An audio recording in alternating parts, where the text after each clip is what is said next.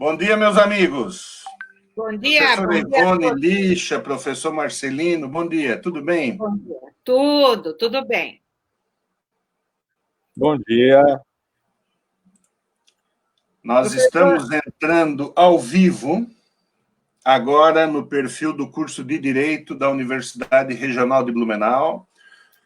Meu nome é Leonardo, eu sou vice-diretor do Centro de Ciências Jurídicas e eu estou aqui muito bem acompanhado, aliás, ao contrário, perdão, né? Eu estou aqui acompanhando a minha querida professora Ivone Lixa, né? Foi minha professora da graduação, doutora em Direito, coordenadora do programa de pós-graduação em Direito da Universidade de Blumenau, e o meu caríssimo amigo, né, meu companheiro de luta, professor Marcelino Meleu, doutor também, coordenador do curso de Direito, né, e coordenador também do programa de mestrado, né, em Direito da Universidade Regional de Blumenau. Os meus colegas, eles vão corrigir essas apresentações todas que eu fiz, porque provavelmente eu errei alguma coisa, né? E daqui a pouco nós entraremos ao vivo com o professor Alfonso. Estamos acompanhando. O professor Feliciano, diretor do CCJ, está nos assistindo. O professor doutor Alejandro também está. Que bom vê-los, meus amigos, que bom vê-los. Professor Ivone, nós tivemos a alegria, né, de termos a aprovação do mestrado em Direito na Universidade Regional de Blumenau pelo Ministério da Educação, né? A professora Ivone é coordenadora, o professor Marcelino também é coordenador. Eu vou lhe pedir que fale um pouco sobre a importância desse programa para o curso de Direito da universidade, para a universidade, né? Nós somos um curso com mais de 50 anos de história. O que isso representa para nós? E o que me perguntaram, alunos me perguntaram ontem também, né, de que forma isso influencia o curso de graduação? Tá, professora? Bem, então, novamente, bom dia a todos e a todas. É uma satisfação muito grande, né, estar aqui com os colegas, partilhando esse espaço, né, mais um evento. E esse evento é o início, então, de uma das atividades do nosso programa do mestrado ou pós-graduação estricto sensu. Bom, como nós mais antigos ali da universidade sabemos, essa é uma luta muito antiga do curso de Direito, né? Uma luta que teve início há cerca de 20 anos atrás, né? Quando todos nós, então, tínhamos, né, como parâmetro, né, a Universidade Federal de Santa Catarina, de onde a maioria de nós foi egresso, né, do programa de mestrado, e depois a Univale. Então, foi, vamos dizer assim, um projeto construído por muitos anos, né, por todo o corpo docente da universidade, né, do curso de Direito.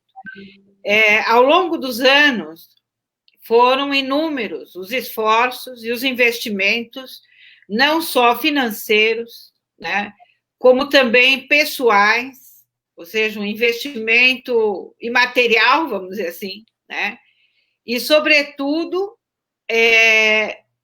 nunca perdendo a esperança, né, de termos o nosso curso de mestrado próprio da FURB. Como todos nós sabemos, a FURB tem uma origem muito específica. Ela foi uma universidade criada para atender, né, a comunidade local, os filhos, né, dos trabalhadores da nossa região, que não poderiam se deslocar até Florianópolis para concluírem seus estudos. Bom, vamos dizer assim, essa característica sempre se manteve ao longo da nossa proposta, né? Ou seja, foi um curso, um projeto de mestrado pensado, planejado, estudado, exatamente para atender aos interesses da comunidade local e, sobretudo, daqueles que estão vinculados, né, à área jurídica, né, no sentido de poder, então, ter uma prestação de serviço muito mais qualificada e muito mais voltada para os interesses da nossa região. Então, com esse espírito comunitário e esse compromisso com a comunidade local, é que nasceu o projeto de mestrado próprio do curso de Direito da Universidade Regional de Blumenau. Nos últimos anos, os esforços se intensificaram. Os colegas se qualificaram mais, produziram mais, a universidade investiu nisso, na qualificação do corpo docente, e agora obtivemos êxito no projeto apresentado, e é um projeto da área de direito público, né? Então, a área de concentração do nosso mestrado é de direito público e constitucionalismo, né? Eu chamaria atenção, professor Leonardo e demais colegas, e, sobretudo, também os nossos acadêmicos e egressos do curso, que essa área de concentração do curso foi pensada também de uma maneira muito particular, levando em conta não só essa vocação da Universidade Regional de Blumenau e do curso de Direito, né, voltada para o direito público, mas também a própria formação dos docentes. Bom, com a aprovação, então, agora do projeto, né, nós vamos iniciar, então, o nosso programa. Inicialmente, né, estamos em fase de elaboração do edital, a fim de abrirmos definitivamente, então, 20 vagas iniciais para a qualificação desses nossos futuros mestrandos. O nosso programa possui 2 linhas de, como a gente chama, né, linhas de pesquisa, vamos dizer assim, que são, a primeira delas, uma linha de Estado democrático e política constitucional.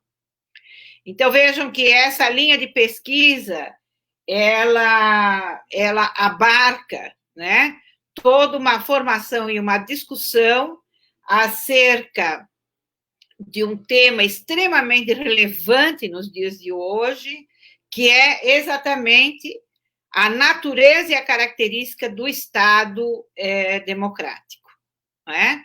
Que é sempre o compromisso maior, né, dos juristas, né, voltados, então, para essa preocupação em aprofundar, né, os seus estudos e, sobretudo, se qualificar nessa forma de prestação de trabalho, né? Então, essa área, ela também discute, né, a questão política e jurídica do Estado brasileiro contemporâneo, né? E analisando isso a partir das suas relações sociais. São inúmeros aí os projetos de pesquisas que podem ser desenvolvidos, né, nessa linha de pesquisa. E a linha 2, a segunda linha, nós temos 2 linhas, a segunda linha é sobre jurisdição constitucional e direitos fundamentais, né? Então, essa linha de pesquisa, ela diz respeito, sobretudo, a um dos grandes desafios da sociedade brasileira contemporânea, que é a concretização, então, dos chamados direitos fundamentais, né? E nós temos, além dessas, aliás, além não, contidas nessas linhas de pesquisa, as disciplinas obrigatórias e as disciplinas que nós chamamos de eletivas, né? Que são aquelas que serão escolhidas pelos mestrandos de acordo com a sua linha de pesquisa. O projeto, ele prevê a conclusão do mestrado em um prazo máximo, né, de 2 anos, ou seja, será um trabalho bastante intenso, né? Aqueles que estarão conosco estarão se dedicando bastante ao trabalho, e chama atenção também para o fato de que é um tipo de programa que possui vínculos com muitas universidades estrangeiras, né? Além das que hoje nós já temos, nós estamos ampliando o leque de projetos vinculados a universidades estrangeiras, de forma a colocar os nossos mestrandos em contato com aquilo que há de mais de novo em termos de produção e discussão acadêmica. Então, a proposta do nosso projeto era uma proposta que visa, sobretudo, né, qualificar não só o profissional, mas algo que eu chamaria atenção, que é, inclusive, o próprio curso de graduação, né? Lembrando sempre, né, que nós somos professores. O nosso objetivo é nos qualificarmos para sermos professores melhores, vamos dizer assim, né? Não só melhores sob o ponto de vista da mera eficiência burocrática, mas também de uma eficiência intelectual, né? Então, o nosso curso de Direito é o único curso da região, primeiro, que está em uma universidade. E a universidade, ela se caracteriza como um ensino superior voltado para a pesquisa, para a extensão e para a qualificação dos professores. E, além disso, o único curso da região de Direito que possui mestrado próprio, ou seja, aquilo que o próprio professor Marcelino, que é o nosso companheiro, que está conosco aí, assumindo também como coordenador adjunto do programa, ele costuma dizer que vai ser o único curso que vai poder oferecer ao aluno não só a graduação, mas também a pós-graduação. Então, acho que, em linhas gerais, são essas, né, as considerações que eu faria inicialmente, né? Destacando, né, que esse projeto é um projeto que nasceu pelas mãos de todos, e de muitos anos, e de todos aqueles que nos antecederam, né? Eu sempre costumo dizer aos alunos, né, em sala de aula, que aquela velha frase da Idade Média, que um anão sobre os ombros de um gigante, ele é capaz de ver mais longe que o próprio gigante. Então, o nosso projeto, ele está alicerçado em bases bastante sólidas e gigantes, sob o ponto de vista intelectual. Bom, eu devolvo a palavra ao professor Leonardo, y aproveitando para saludar al profesor Alfonso. Buenos días, profesor. Bienvenido a nuestra Universidad de Blumenau. Estamos muy contentos con su participación y es un gusto muy grande para nosotros tenerlo conosco en esta mañana. Muchas gracias, profesor. Professor Marcelino, devolvo a palavra para a saudação ao professor Alfonso.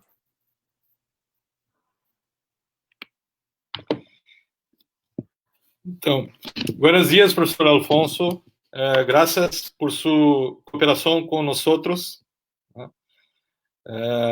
Estamos acá em Brasil para hoje ouvi-lo.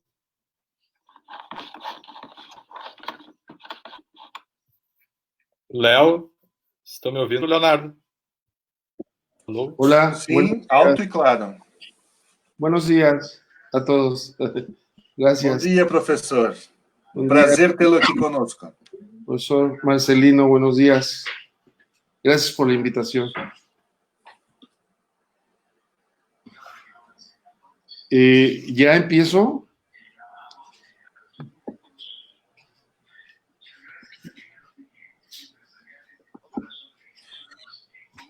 Me gustaría, a principio, hacer consideraciones acerca del profesor doctor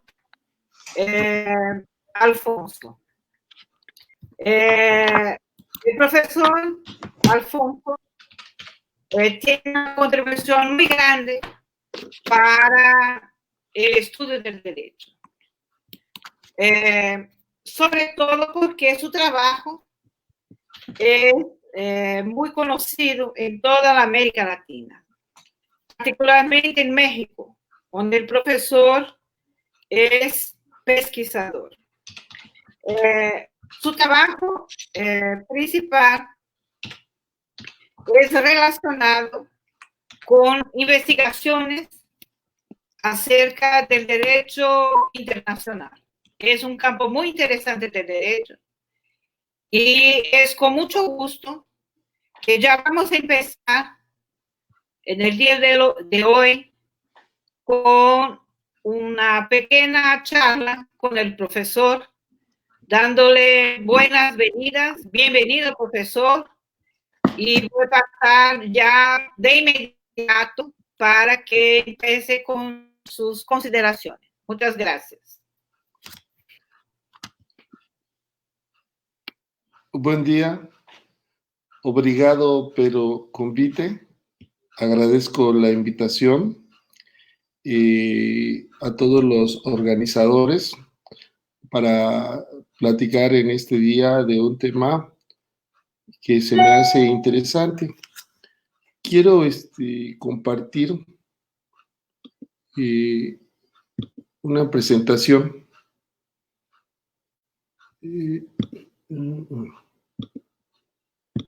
Y pues yo hablo español y he puesto estas láminas para que tratar de que se comprenda mejor el tema. Yo he escrito y he estudiado y he llegado a una conclusión que es necesario crear una rama para el estudio específico que podría denominarse Derecho Procesal Convencional de los Derechos Humanos. Esta rama tiene principalmente como punto de partida los derechos humanos. No es que el derecho internacional sea algo nuevo, sino que a raíz de colocar al ser humano en el centro del derecho internacional, a partir de la Declaración Universal, pues los derechos humanos se han expandido de manera considerable y de una otra forma hay que ir especializando algunas ramas de este fenómeno jurídico al que nos enfrentamos. Una de las cosas que tenemos es que generalmente las cuestiones del derecho cambian no con la velocidad de la realidad. Nosotros podemos ver que, por ejemplo, las declaraciones de 1948, los primeros pactos internacionales de 1966, la creación de la Corte, de la Comisión, etcétera, pero apenas podríamos decir que a finales del siglo XX y a principios del siglo XXI se puede ver la magnitud de esta ola de derechos, de parámetros que se han ido creando. Nosotros vemos que los profesores, como está en la lámina, pues tratan de describir al mundo para hacerlo llegar a los alumnos. Pero ¿qué tanto cuando el profesor describe la supuesta realidad de lo que es el mundo, qué tanto sigue siendo así. En determinado momento, lo único que no cambia es que todo cambia. Entonces, es importante establecer las nuevas dimensiones para, desde un punto de vista más científico, conocer la realidad y transmitirla. Bueno, un italiano, Mauro Capelletti, en 1984, trataba de clasificar este derecho que se crea como acuerdo de los estados, pero que no se ve como un derecho autónomo, sino que, de acuerdo con Mauro Capelletti, se crea un derecho constitucional o una justicia constitucional supranacional. Es decir, que este derecho de los derechos humanos de corte internacional debe formar parte del derecho procesal constitucional o de la justicia constitucional supranacional. Sin embargo, podemos decir que esta descripción pues obedecía a la época, al tiempo. Es una exposición brillante, pero todavía no se había dado la primera sentencia de la Corte Interamericana de Derechos Humanos. Todavía no se había derribado el muro de Berlín. Todavía no era el fin de la Unión Soviética. Y todavía México y Brasil no habían aceptado la jurisdicción de la Corte Interamericana de Derechos Humanos, que sucedió, como todos sabemos, en 1998. Bueno, el profesor Mauro Capelletti, es importante porque esta información, estos derechos para su estudio, y ahí quiero también hacer un paréntesis, el derecho es un producto cultural, no tiene una existencia objetiva, sino requiere de la representación de conceptos, ¿no? Por ejemplo, ¿cuánto pesa la igualdad? ¿Cuánto mide la justicia? ¿De qué color es la posesión o la propiedad? Etcétera. Todo se representa a base de conceptos. Entonces es importante establecer los conceptos. En ese sentido, el profesor Mauro Capelletti, como dije anteriormente, establecía este estudio del derecho procesal constitucional en tres vertientes. Una de ellas era la jurisdicción de la libertad, que también podríamos decirle que es algo que también ya está superado. ¿Por qué? Porque la jurisdicción constitucional de la libertad es obvio que se refiere a los derechos humanos, y vemos ahora que no solamente los derechos humanos son referentes a la libertad, sino que estamos transitando a un estado social de derecho en el cual el Estado no solamente tiene que garantizar la libertad y la seguridad de las personas, sino que tiene que disminuir la pobreza. Otra clasificación que hace el doctor Mauro Capelletti es la jurisdicción constitucional orgánica, la que se refiere a la parte de la Constitución donde están las competencias de los órganos del Estado. En este caso podría ser una controversia entre un Estado y la Federación a través de las controversias constitucionales, a través de las acciones constitucionales, de inconstitucionalidad, y el campo de los convenios internacionales, podríamos decirlo, él le llama jurisdicción constitucional transnacional. Por ejemplo, en el primer caso que hablamos referente a la jurisdicción constitucional de la libertad, de los derechos, por ejemplo, la Corte Interamericana recientemente ha condenado a varios estados parte interpretando por primera vez lo que es los derechos económicos, sociales y culturales previstos en el artículo 26. De tal forma que este año, por primera vez, interpreta el artículo 26 referente al medio ambiente sano, referente a la alimentación adecuada, al agua, ¿no? Como una obligación del Estado establecida en el artículo 26. Esto es importante porque el artículo 26 habla de los derechos económicos, sociales y culturales, pero no dice qué artículos o qué derechos, perdón, forman parte de ese numeral o cuál es su alcance. Entonces la Corte de manera pretoriana ha ido estableciendo qué disposiciones forman parte de cómo se puede interpretar el artículo 26. En el 2019, en un caso de Muelle Flores versus Perú, pues se estableció la seguridad social como un derecho autónomo y un derecho humano importante, porque la seguridad social tiene que ver no solamente con la subsistencia de las personas, sino con la calidad de la subsistencia de las personas. Un año anterior, en el 2018, establece por primera vez una interpretación nuevamente a los derechos sociales, económicos y culturales, de acuerdo con el derecho a la salud, el consentimiento informado.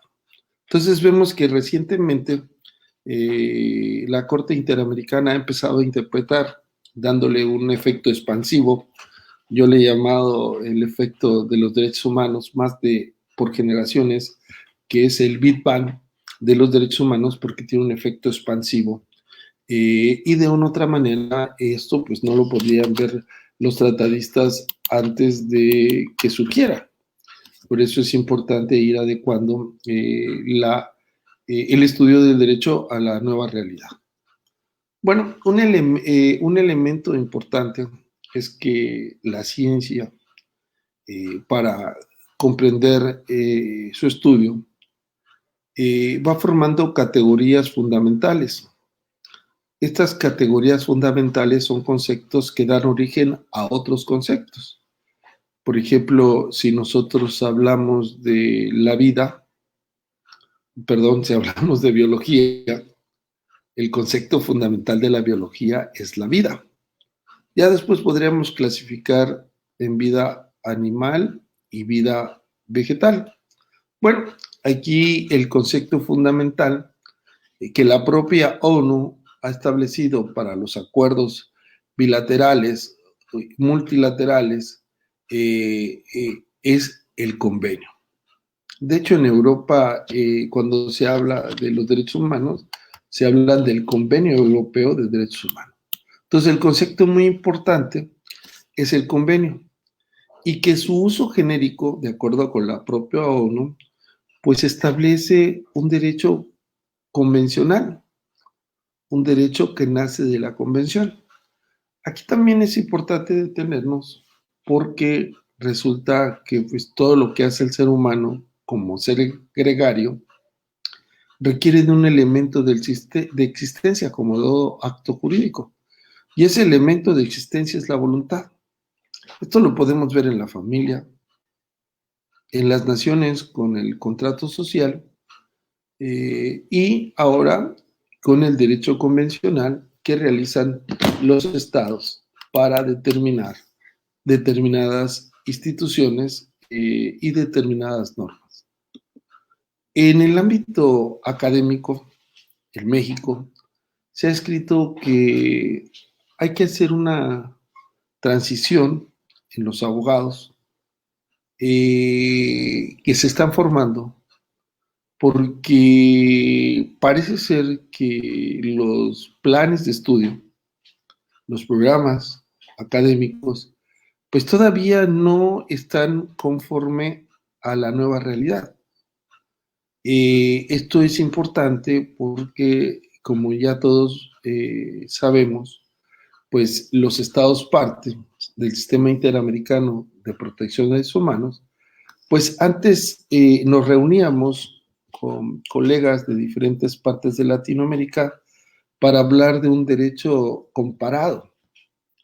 Ahora nos reunimos para hablar de un derecho común, un derecho universal, un derecho regional, que es el derecho de los derechos humanos. Entonces, sin embargo, seguimos atrapados en una serie de dogmas, en una serie de situaciones que nada abonan al estudio de la realidad. A veces somos más dogmáticos, nos basamos más en argumentos de autoridad y eso es peligroso porque el argumento de autoridad pues ya no tiene otra respuesta porque ya fue contestada por alguien y ese alguien tiene la razón de todo. Es como lo que está en la Constitución, aparentemente todo es bueno, simplemente por estar el hecho de estar en la Constitución. Sin embargo, no es tema de esta exposición, pero hay cuestiones, por ejemplo, en México, en el que vemos que realmente no todo lo que está en la Constitución podríamos decir que protege derechos humanos y muchas veces hace lo contrario.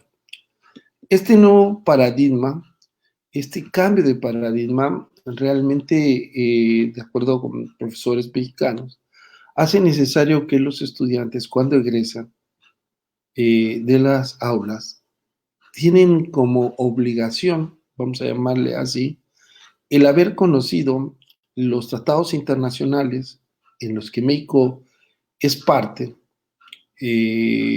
pero también las sentencias de los tribunales convencionales que se dictan, porque son parámetros diferentes a cómo operábamos anteriormente o cómo ahora se pretende operar. Y entonces se vuelve una obligación, no solamente para los estudiantes aprender, sino para los profesores enseñar y para las instituciones modificar sus planes de estudio. ¿Cuál es el impacto, por ejemplo, del derecho convencional? Tenemos afortunadamente los mexicanos al doctor Sergio García Ramírez, que él en 3 sentencias en votos concurrente empezó a hablar del control de convencionalidad a través de una analogía, diciendo que si los tribunales constitucionales hacían control de constitucionalidad, lo que hacía la Corte Interamericana era control de convencionalidad.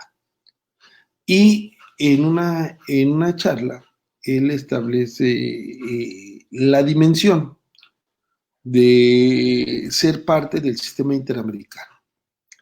Y él habla que representa un cambio, una vuelta copernicana, que compara que inclusive con la independencia de la Nueva España de México, las leyes de reforma que significó la separación de la Iglesia y el Estado, la Revolución Mexicana que terminó con la Constitución vigente de 1917, vigente a la fecha, que ha sufrido más de 700 reformas, y seguirá sufriendo, pero es vigente. Y entonces tenemos una nueva realidad jurídica, ¿no? Y esto es importantísimo. Una de las cuestiones también que vemos que la Corte, por ejemplo, la Corte Interamericana, en muchos casos, como hace rato mencioné que el derecho es un producto cultural, y como producto cultural pues se tiene que transmitir para que cambie la forma de operar de la gente, la forma de comportarse frente a determinadas disposiciones, y muchas de las sentencias de la Corte Interamericana, bajo el principio de la garantía de no repetición, obliga a los estados partes a capacitar a sus jueces, a sus operadores jurídicos, a sus fiscales, a sus ministerios públicos, con los parámetros que va fijando de protección a los derechos humanos. Bueno, ¿por qué estamos ante un nuevo derecho que podía clasificarse de manera autónoma? Bueno, regresemos un poco a las categorías fundamentales del derecho procesal. Hace rato mencioné que la biología tiene como categoría fundamental a la vida. Pues en el derecho procesal nos hemos puesto de acuerdo, o no se han puesto de acuerdo, los que se tienen que poner de acuerdo, ¿no? Y luego decirnos por qué se pusieron de acuerdo, en que hay tres conceptos fundamentales, que es el proceso, la acción y la jurisdicción. En el caso del derecho procesal convencional, encontramos que en el sistema interamericano se ha creado un amparo interamericano que tiene su propio procedimiento, que tiene sus propias instituciones y que tiene sus propios parámetros, competencias, y en determinado momento tiene como finalidad el determinar si se ha violado o no los parámetros convencionales a los que los estados han suscrito como obligatorio cumplir dentro de su jurisdicción. La acción como un derecho público subjetivo de concurrir a un tribunal, pues nosotros la vemos también porque algo importante, inclusive podríamos decir que el concepto de derecho internacional, que se da únicamente entre las naciones, debería de modificarse porque ahora, como dijimos anteriormente, el ser humano se ha convertido en sujeto de derecho internacional o convencional. Y entonces se le ha dado la posibilidad de concurrir ante los órganos convencionales a ejercitar el derecho de acción interamericano para primeramente presentar un caso, una petición ante la comisión y una vez desarrollada toda la tramitación, llegar quizás a la Corte Interamericana y quizás a obtener una sentencia que condene al Estado a la reparación integral por la violación de derechos humanos. Es importante distinguir que, a diferencia de Europa, para poder llegar a la Corte es necesario primeramente que la comisión lo determine así y que sea la comisión la que presente el caso. En cuanto a la jurisdicción, pues ya le he mencionado, tenemos a un tribunal jurisdiccional que es la Corte Interamericana de Derechos Humanos, y esto también es muy importante resaltar. ¿Por qué? Porque resulta que, a diferencia de el sistema universal de protección de derechos humanos, que se divide en comités, 9 comités, y que emiten recomendaciones, y estas recomendaciones pueden ser cumplidas o no por los estados. Sin embargo, todos los sistemas regionales cuentan con una jurisdicción. Llámese el sistema europeo, el sistema africano y el sistema americano. Y entonces se dan todas las categorías fundamentales de manera autónoma del derecho procesal.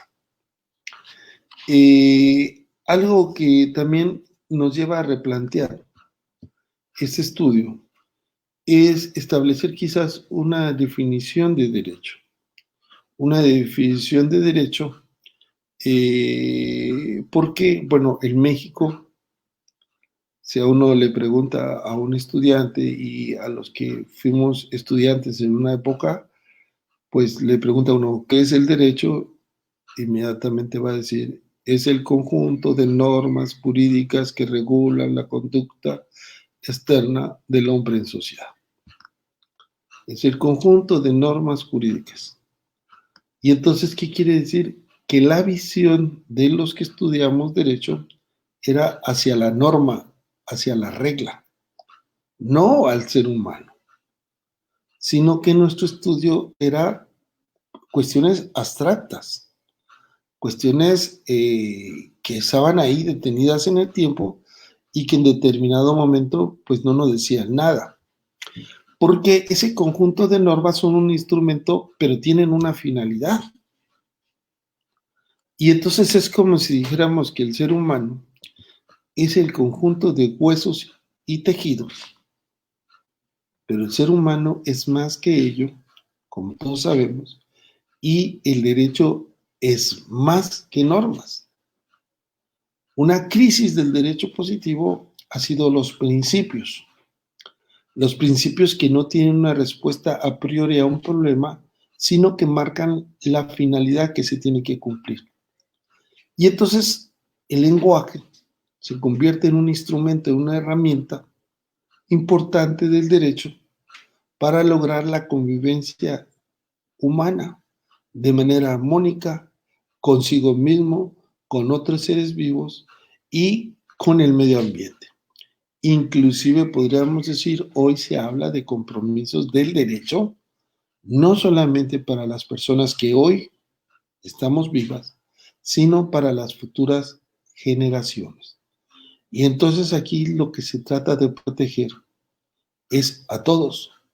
Inclusive ahora se habla de los derechos humanos, de los animales no humanos, se habla de los derechos humanos de la naturaleza, que sería tema también de otra exposición. Bueno, ¿cómo podemos definir al derecho convencional?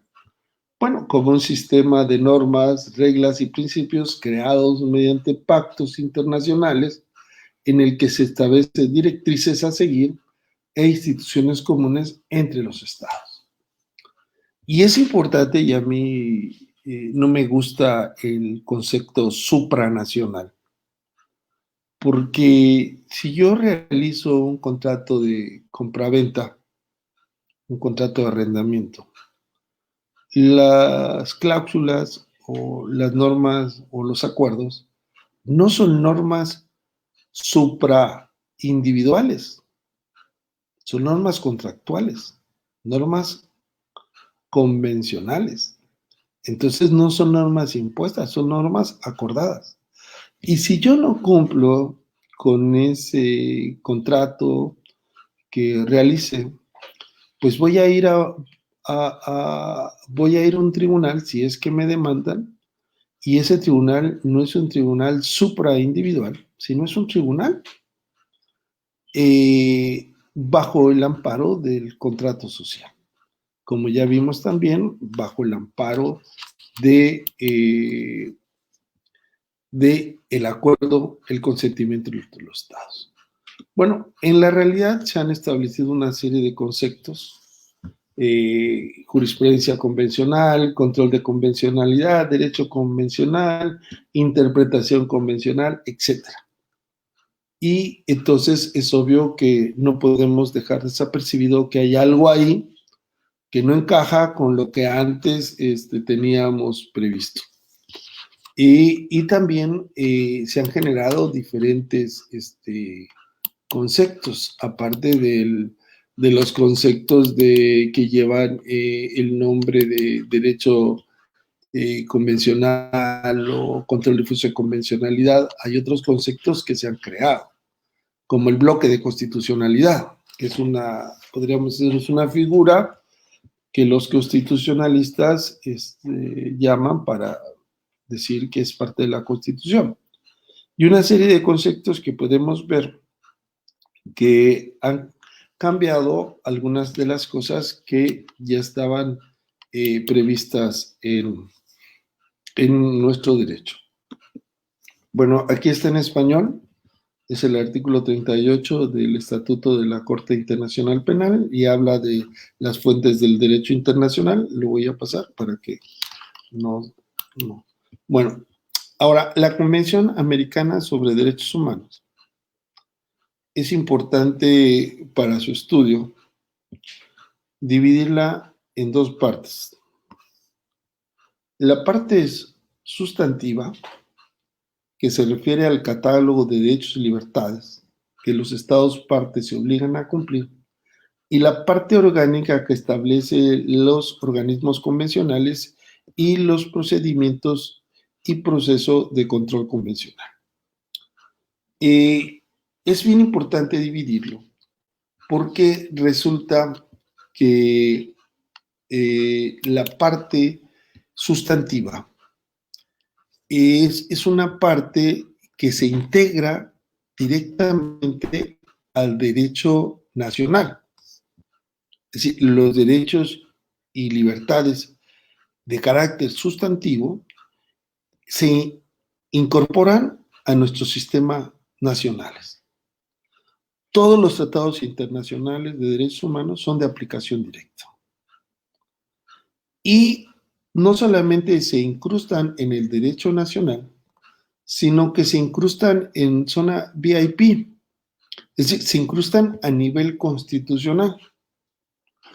Pero no solamente se incrustan a nivel nacional en la Constitución, sino bajo el artículo 2 de la Convención, que es un derecho, que es un principio del derecho internacional. Todos los estados se obligan a adecuar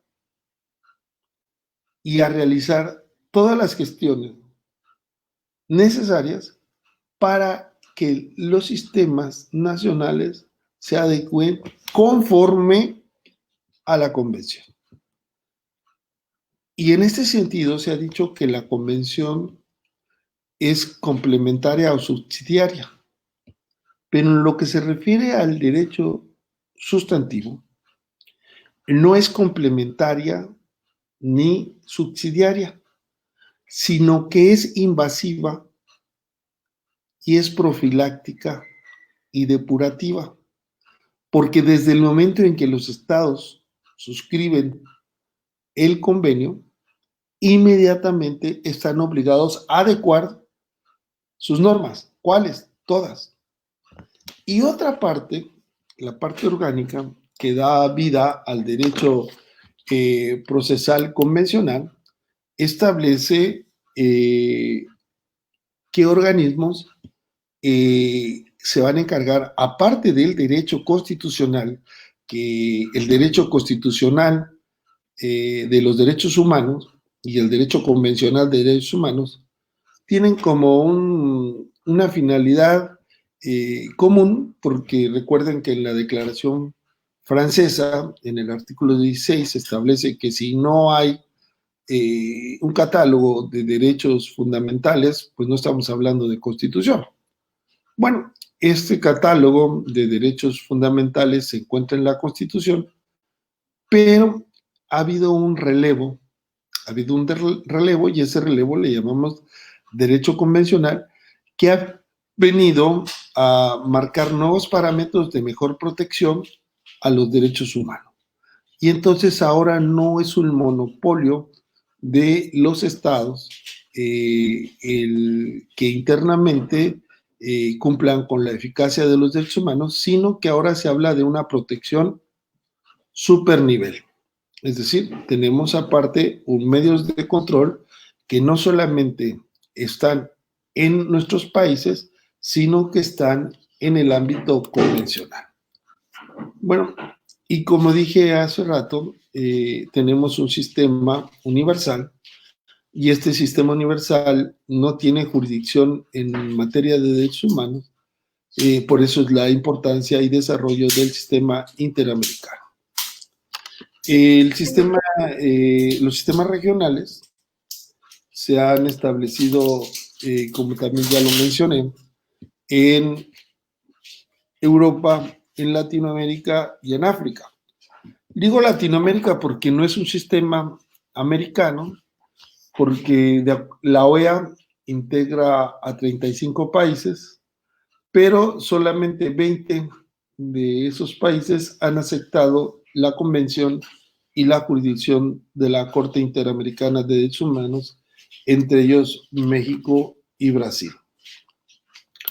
Y este derecho no es un derecho extraño, es un derecho creado por los propios estados que tienen la finalidad, pues, de garantizar adicionalmente la eficacia y la protección y la garantía de los derechos humanos. En ese sentido, como hace rato mencioné, cuando se dice que es invasivo y profiláctico o complementario subsidiario, hay un principio importante del sistema de protección interamericano que es el efecto útil. El efecto útil podríamos decir que tiene su fundamento en el artículo 27 de la Convención de Viena sobre Tratados de 1969, que establece que ninguna norma nacional puede ser invocada para desconocer una norma de tratado internacional. Y entonces vemos que realmente la función de este derecho convencional es purificar el derecho nacional que no cumple con parámetros del desarrollo cultural más amplio en la protección del humano. Aquí vemos cómo el bloque de constitucionalidad se forma con el derecho sustantivo convencional y el derecho sustantivo convencional. Esto es independiente completamente al derecho procesal constitucional, porque el derecho procesal constitucional, bueno, en el caso de Brasil sería el mandato de seguranza, pero en el caso de la mayoría de los países se habla de acción de tutela, por ejemplo, Colombia o amparo, pues estos son los medios de control constitucional. En cambio, las medidas del control convencional pues son diferentes, desde medidas cautelares, recomendaciones, relatorías, informes, medidas provisionales, soluciones amistosas, etc. Finalmente, quiero comentar el artículo 25, que establece la protección judicial. Y dice que todos los países que forman parte del sistema interamericano tienen que tener un proceso, le llaman recurso, pero realmente es un juicio o proceso, para proteger derechos humanos. Y que este recurso debe ser efectivo. Y entonces la Corte dice que recurso, para que un recurso sea efectivo, debe reunir dos características. Una de ellas es sancionar a los victimarios. Sancionar administrativamente o penalmente a aquellos que violan derechos humanos en un solo proceso. Otro de ellos es dar la reparación integral a las víctimas de derechos humanos. Entonces, bajo esa perspectiva tan sencilla, tan clara, en México hoy no tenemos un recurso efectivo porque no hay ningún proceso que cumpla con estos parámetros de dar de manera completa justicia en un solo proceso, ordenando la reparación integral a las víctimas y la sanción a los victimarios.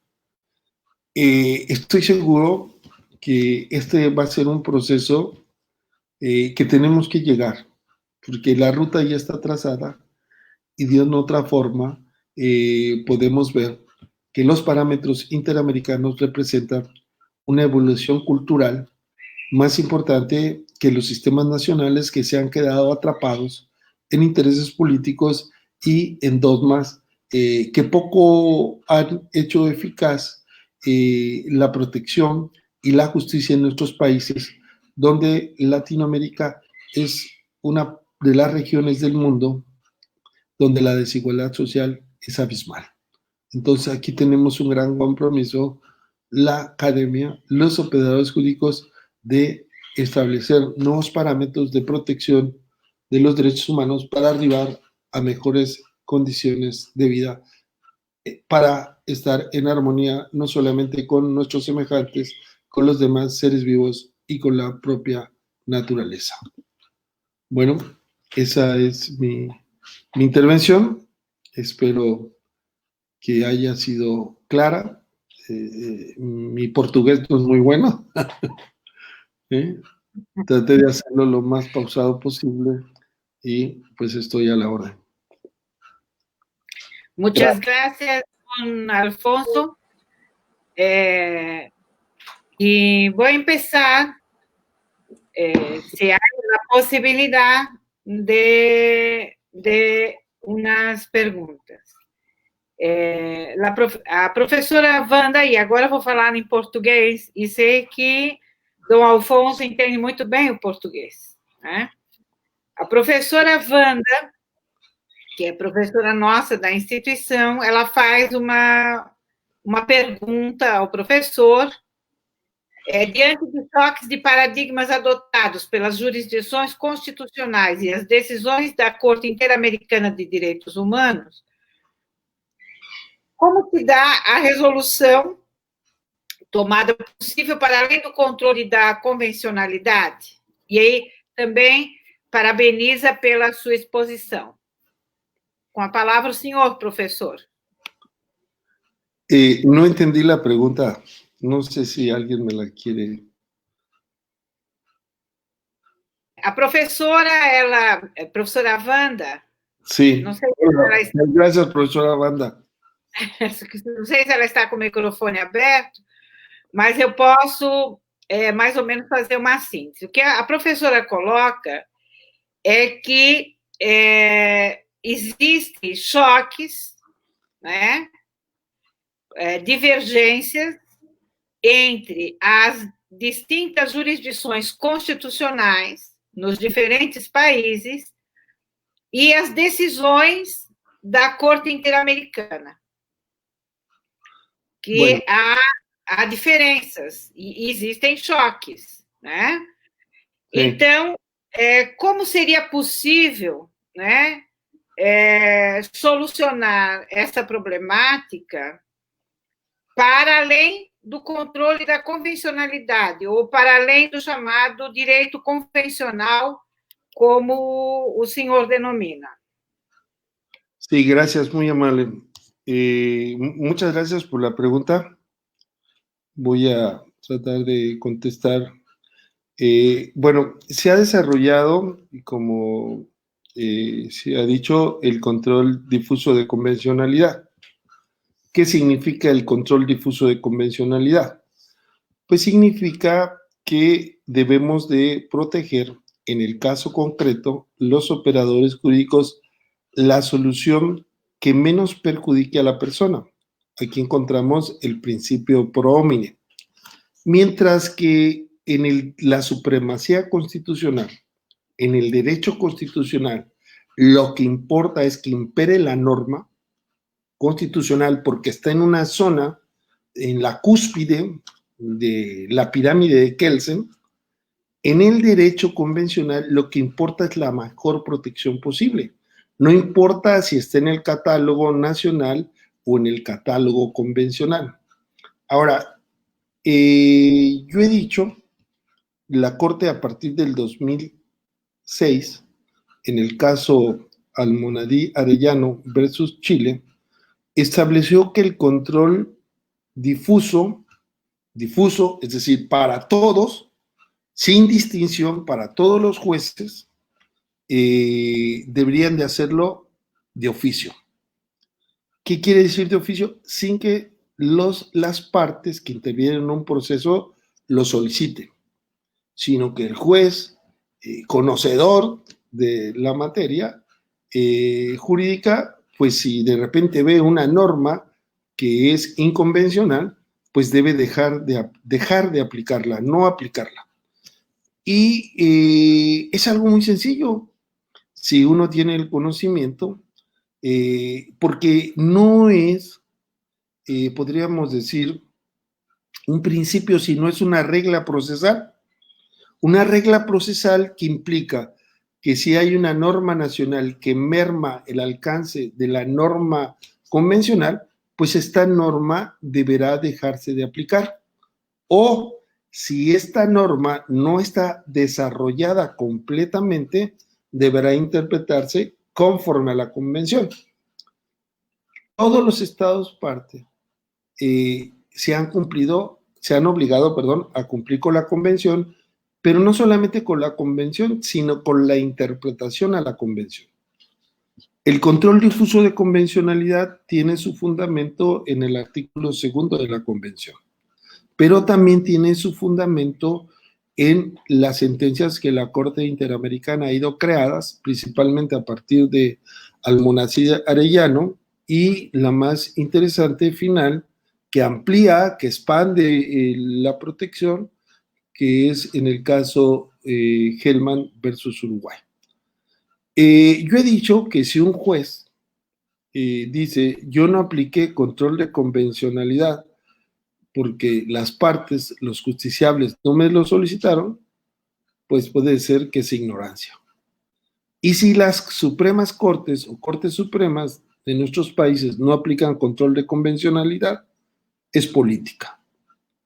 Y entonces resulta que cada Estado parte quiere interpretar de acuerdo a sus intereses esta obligación del control de convencionalidad. Por ejemplo, en Panamá, solamente la Corte Suprema puede hacer un control de convencionalidad. Pero la Corte Interamericana ha establecido un control difuso de convencionalidad. Es cierto que nuestros países son diferentes en cuanto a la cultura. De hecho, en nuestros propios países hay muchas diferencias.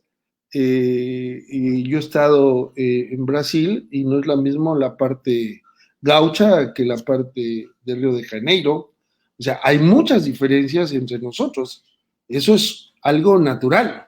En una familia los hermanos se comportan de manera diferente, es decir, la diferencia es la naturaleza humana. Pero se entiende que estamos estableciendo parámetros para proteger a las personas. Entonces, ¿qué diferencia hay entre un Estado u otro que forman parte de un sistema, de un mismo sistema? Como al principio lo mencioné, hoy nos reunimos a hablar de derecho universal, derecho regional. Antes podríamos hablar de derecho comparado. Claro, esto es un proceso cultural, entonces va a llevar tiempo. Va a llevar tiempo que en determinado momento cambien las cosas. Un gran refugio o un gran límite es el concepto de la soberanía. Pero, como dice Luigi Ferrajoli, tratando de hacer una paráfrasis de lo que dice Luigi Ferrajoli, él dice que la soberanía no es algo abstracto, que pertenezca al Estado y que sea un escudo de los agentes del Estado para hacer cuestiones criminales y a veces lamentables, sino que la soberanía reside en cada uno de nosotros. Es decir, la soberanía es algo fragmentado en cada uno de nosotros que tenemos derecho a la autodeterminación. Y entonces la soberanía reside en las personas. El conjunto de personas es la soberanía nacional. Si se crean normas y parámetros que protegen más a las personas frente a los que ejercen el poder, pues lo que se está haciendo a la inversa es fortaleciendo la soberanía. Pero repito, todo es cuestión de perspectiva. Hay otro elemento que no me gusta mucho, que es de carácter europeo, que es el margen de apreciación nacional. El margen de apreciación nacional quiere decir también un criterio que flexibiliza el cumplimiento de los acuerdos, pero yo creo que en materia de derechos humanos, el único margen de apreciación debe ser el interamericano, porque estamos hablando de personas y sobre todo de personas las más vulnerables. Ahora, algo que es bien importante es que el control difuso de convencionalidad dinamiza mucho el derecho convencional. ¿Por qué? Nos reunimos con unos profesores de Europa y ellos decían que en Europa el tribunal es permanente, tienen 47 jueces y resuelven miles de casos. En el caso de la Corte Interamericana, pues tienen 7 jueces, no es permanente y no se han resuelto ni 500 casos desde que se constituyó. Y entonces yo les dije, bueno, pues sí, es cierto, pero hay que ver más allá de lo que es. Ellos tienen un juez único que desecha el 90% de los casos, que es como una pequeña comisión interna en Europa. Pero además Además, nosotros en América Latina tenemos el control difuso de convencionalidad que teóricamente hace que tengamos un ejército de jueces interamericanos que todavía no utilizan las armas para proteger los derechos humanos. Entonces estamos en una fase potencial que espero que algún día pueda dinamizarse. Gracias. Espero que haya quedado. Gracias, don Alfonso. Apenas algumas considerações, né, sobre a sua perspectiva dos direitos humanos. Eu sou professora no programa de mestrado de Direitos Humanos da Universidade Autônoma de São Luís Potosí, aí no México, né? E trabalho juntamente com o professor Alejandro Rosilio Martinez, que também passou pela UNAM, né? E, claro, dentro dessa perspectiva de direitos humanos, são muitas as perspectivas, não há uma única perspectiva acerca de direitos humanos, né? E uma das questões que sempre nos debatemos, nos encontramos, inclusive ali com os alunos do programa, é a especificidade da América Latina. Ou seja, a América Latina, e particularmente o México, Brasil, Bolívia, Colômbia, possui características muito particulares, né? Que é a diversidade e a pluralidade, né? Acerca, inclusive, do próprio conceito de humano, né? Como o senhor mesmo coloca, nas comunidades ancestrais, o conceito de humano transcende o conceito da condição biológica da raça ou da espécie humana e engloba os seres vivos e não vivos, claro, da própria natureza. Eu gostaria só de ouvi-lo um pouco, dona Alfonso, sobre como o direito convencional responderia a esse pluralismo existente na América Latina e, sobretudo, a natureza das constituições latino-americanas que recepcionaram, né, esse pluralismo das diferentes nações, né, y comunidades latinoamericanas. Bueno, muy interesante. Muchas gracias, profesora Ivonne, por su pregunta. Bueno, la Corte Interamericana, como dije a principios de este año, dictó una sentencia contra Argentina respecto a los derechos de las poblaciones originarias, que sería interesante leer. De hecho, podemos decir que gran parte del avance en la protección de las poblaciones originarias o los descendientes de las poblaciones originarias se han generado gracias a la Corte Interamericana de Derechos Humanos. Hoy podemos hablar inclusive que se puede promover en México un amparo, un mandato de seguranza, cuando no se cumpla con la consulta libre, previa e informada. De hecho, se están legislando en los estados, en las provincias, leyes locales que hablen de los procedimientos que se deben llevar para consultarlos cuando se va a realizar una mega obra en sus tierras, que se ha desarrollado el concepto de tierra ancestral.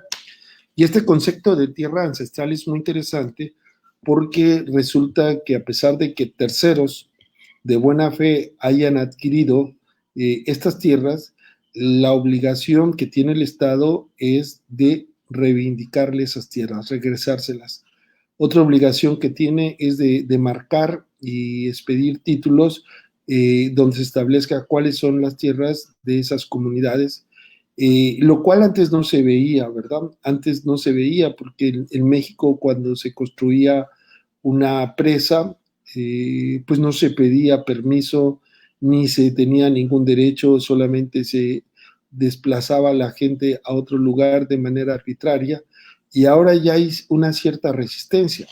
De hecho, los derechos humanos son una resistencia a las medidas arbitrarias que toma el Estado. Esto ha ido aterrizando en México especialmente a través de la convención, a través de las interpretaciones. Nosotros vemos, por ejemplo, donde está la interpretación más dinámica de la Corte Interamericana. Por ejemplo, el artículo 21 de la Convención establece el derecho a la propiedad privada. Sin embargo, la Corte Interamericana, en una interpretación extensiva, incluyó también a la propiedad social, sin necesidad de modificar el artículo 21 y dio una interpretación más protectora para las poblaciones originarias y de una otra manera también encontramos derechos culturales.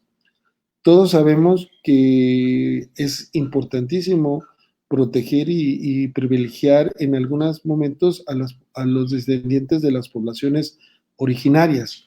En México existen 68 grupos étnicos y en el estado donde yo vivo, que es Chiapas, existen 12 grupos étnicos. Tenemos por cada grupo étnico una lengua, una cultura, una historia, y entonces ellos tienen sus propias autoridades y tienen su propia cosmovisión. Yo creo que el respeto a esa cosmovisión, a esa forma de proteger, de hecho, se vincula mucho a los pobladores o a los descendientes de las poblaciones originarias como mejores protectores de la naturaleza.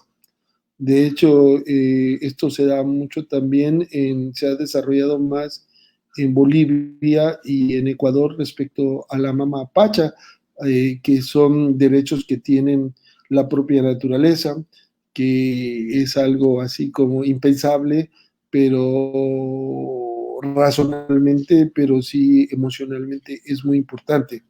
Creo que la Corte Interamericana ha venido a dinamizar la protección a estas culturas que podríamos decir que antes estaban al arbitrio de los intereses de los estados nacionales y de las coyunturas políticas.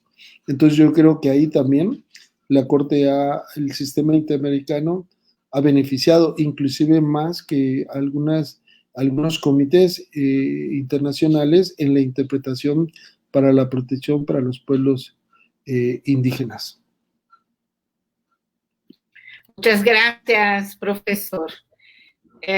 Há um caso emblemático, né, que eu só gostaria de lembrar a todos, que foi o caso do rio Atrato, na Colômbia, que foi considerado sujeito de direito, né? É muito interessante essa decisão, e essa decisão ela foi possível graças, inclusive, a isso que o professor coloca, dos povos ancestrais, na luta pelo reconhecimento dos direitos da própria natureza. Né? Professor Marcelino, lhe devolvo a palavra para as suas considerações e as perguntas. Obrigado, professor Ivone. O professor Alfonso, ele traz, dentro da sua explanação, diversos temas, né, que nós pretendemos aprofundar também agora no nosso programa de mestrado recentemente aprovado, né. A linha 2, a qual eu pertenço, né, a linha 2 vai tratar justamente de jurisdição constitucional e direitos fundamentais. E, portanto, dentro da perspectiva que o professor Alfonso mencionou, né, para nós, um elemento central para a discussão no âmbito jurídico, o elemento vida, ou a condição vida é central.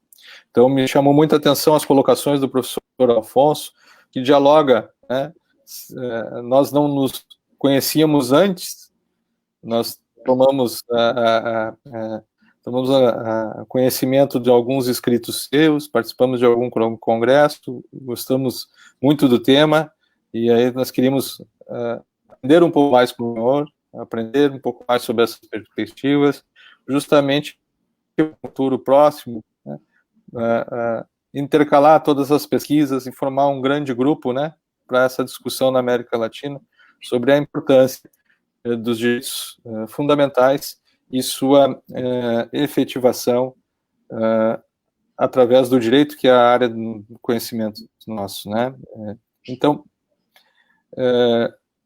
chama atenção quando o senhor coloca a questão da vida, porque nós precisamos realmente alterar alguns dos paradigmas vigentes. O senhor faz, nas suas colocações, né, uma crítica ao positivismo, o senhor faz também alguns apontos referentes aos dogmas que são estabelecidos e que a academia precisa estar atenta a esses dogmas, a estar atenta a essas dificuldades trazidas pelo positivismo no que tange a evolução cultural, no que tange a efetivação dos direitos humanos. E, portanto, isso necessita também remexer, penso eu, né, fundamentos da teoria do direito para no âmbito acadêmico. Agora estou falando mais especificamente no âmbito acadêmico, e uma fala mais para a apresentação do nosso programa ao público, professor Afonso, né? Ou seja, muchas gracias. Sí, perdón. Então, remexer a esses fundamentos, também discutir algumas teorias, né? Para alguns do nosso grupo, né, estão vinculados, as suas pesquisas estão vinculadas mais a uma perspectiva sistêmica, então não há grandes dificuldades em compreender aí a vida como uma condição central, né? Ou seja, buscando aportes também no que Maturana e Varela já colocaram na biologia, né? Ou seja, trazendo para dentro do direito a partir de uma discussão que Luhmann traz, né, no direito da sociedade, enfim. Mas isso é importante, ou seja, reorganizar a discussão jurídica a partir de aportes teóricos que levem em consideração os direitos fundamentais. E aí, no que tange ao processo, o senhor também mencionou sobre o processo, e advogado que é membro, né, de instituições de processo, nós aqui também estamos com um grupo de debate sobre o processo e uma crítica ao seu instrumentalismo para entender o processo a partir de uma perspectiva, ou entender o processo a partir de um viés institucional, como um instituto garantidor de direitos fundamentais. Então, fico muito agradecido por ouvir a sua fala e perceber que temos muito em comum com o grupo e esperamos aprofundar esses contatos, né, professor, para fazer um debate, como a professora Ivone comentou, levando em consideração a cultura latino-americana, né, não simplesmente importar algumas noções, né, de direitos humanos.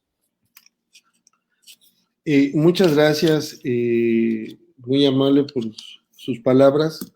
Quiero decir en relación a lo que dijo el profesor Marcelino, que yo digo que debemos de dejar ser consumidores ideológicos de Europa, no porque no haya cosas buenas, sino porque tenemos nuestras propias realidades y tenemos que adecuarnos a ellas para solucionar nuestros problemas.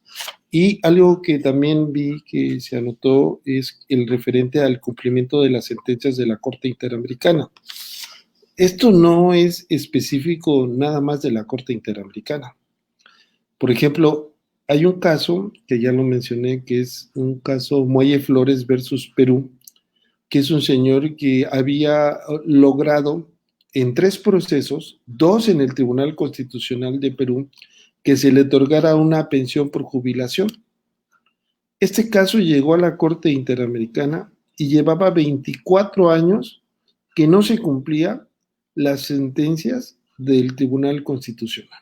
Es decir, el problema de cumplimiento de la Corte Interamericana de Derechos Humanos de las sentencias no es un fenómeno exclusivo de la Corte Interamericana, es un fenómeno de casi todos los tribunales que en el cumplimiento de sus sentencias. Quiero hacer un comercial. El próximo mes, a finales del próximo mes, vamos a tener un congreso internacional sobre derecho convencional. Le voy a hacer llegar la información al profesor Marcelino para que la transmita. Es un congreso gratuito, no tiene costo para los estudiantes, y si quieren los profesores, se les extiendo la invitación para que también participen en la palestra. Gracias. Nós que agradecemos. Muchas gracias, professor. Professor Leonardo, lhe devolvo a palavra para as suas considerações finais. Ah, não, desculpe, professor. A professora Milena, ela, se o professor Alfonso ainda tiver tempo, ela nos faz uma importante pergunta, que é, seguindo na trilha da observação da professora Ivone, alguns autores falam de ecologização da Corte Interamericana. Como o senhor avalia esse tema? Bueno, como dije anteriormente, habría que seguir la jurisprudencia de la Corte Interamericana, establecer los parámetros. Creo que este es un área y un estudio que todavía, por lo menos en lo personal, no he realizado y que es necesario hacerlo. Así que tomo esta pregunta más bien como una tarea para la reflexión en otra ocasión. Muchas gracias, don Alfonso. Professor Leonardo, então, suas considerações finais. Professor Alfonso, em nome do Centro de Ciências Jurídicas da Universidade de Blumenau, eu agradeço imensamente a sua participação. Todos nós saímos, né, dessa exposição com muitos saberes, um pouco aflitos, né, porque é uma situação que nós enfrentamos, na qual a pesquisa do professor mostra, né, vários problemas que nós temos que resolver. Agradeço também à professora Ivone, ao professor Marcelino, por mediar essa discussão. E eu gostaria de encerrar com um questionamento feito pelo professor Antônio Carlos Marchiori, professor de Direito Constitucional do nosso curso, onde ele faz uma pergunta muito pertinente, só a título de reflexão, né? Professor Alfonso, como observador externo, se o senhor considera que o Brasil de hoje pode ser considerado um laboratório internacional de violação dos direitos humanos? É uma pergunta bem provocadora, né? Bem provocativa, mas eu creio que ela tem muito contexto com esse debate todo. Bueno, cuando uno está joven, siempre se pregunta, ¿por qué me pasan a mí las cosas? ¿Por qué me suceden? Creo que el laboratorio es todo Latinoamérica. Desgraciadamente, y como dije, la desigualdad social es algo que nos caracteriza a los latinoamericanos. Mientras no haya un desarrollo pleno humano, mientras no sean vigentes los derechos económicos, sociales y culturales, y tengamos estados más acorde con estos fines y no guiándose por el mercado de las grandes potencias, pues no podremos avanzar. Esto no se trata de izquierda ni de derecha, se trata de humanismo, esto no se trata de comunismo ni de capitalismo, se trata de derechos humanos. Esa sería mi respuesta. Muchas gracias, professor Alfonso. De nada. Meus caros, muito obrigado, foi uma transmissão muito excelente, né? Todos nós aprendemos muito e percebemos que temos muito que trabalhar nessas temáticas, né? Professor Ivone e professor Marcelino, lhes desejo muito sucesso na coordenação do programa de pós-graduação Stricto Sensu da Universidade Regional de Blumenau, em Direito, né? E dizer que, além de tudo, é uma grande responsabilidade, né? Nós estamos em mais de 50 anos de história, né? Um curso com mais de 50 anos de história. Qualquer instituição no Brasil que alcança mais de 50 anos, né, merece o nosso respeito e a nossa atenção. Professor Alfonso, novamente, muito obrigado de coração, tá? Desde o Brasil, lhe agradecemos. Meus caros. El agradecido soy yo. Y hasta pronto, y estamos en contacto. Muchas gracias, profesora Ivone. Muchas gracias, profesor Marcelino, que fue quien me hizo el honor de invitarme a esta gran universidad. Y estoy a la orden siempre, estimado Leonardo, y nos vemos en la próxima, porque ahora hay más tiempo para platicar y discutir y analizar. Eso es un fenómeno bueno de la pandemia. Esperando que a próxima vez a gente consiga fazer encontro presencial, que tenhamos a honra de ter o senhor aqui em nossa universidade. Muito obrigado. Muchas gracias. Buenos días. Buenos días. Hasta pronto. Don Alfonso, muchas gracias y hasta pronto. Nos vemos. Abrazo muy grande. I'll be back. Bye, bye. Até logo a todos. Muito obrigada. E um grande abraço a todos os colegas, alunos que participam desse evento, que é resultado de uma das fases boas dessa trágica pandemia que estamos enfrentando, né? Embora distantes fisicamente, estamos aprendendo a nos aproximar de outras maneiras. Sobretudo, nos aproximar de nuestra América. Exacto. Nuestra América, que es la razón de nuestra existencia. Muchas gracias a todos y a todas, y hasta pronto. Hasta pronto.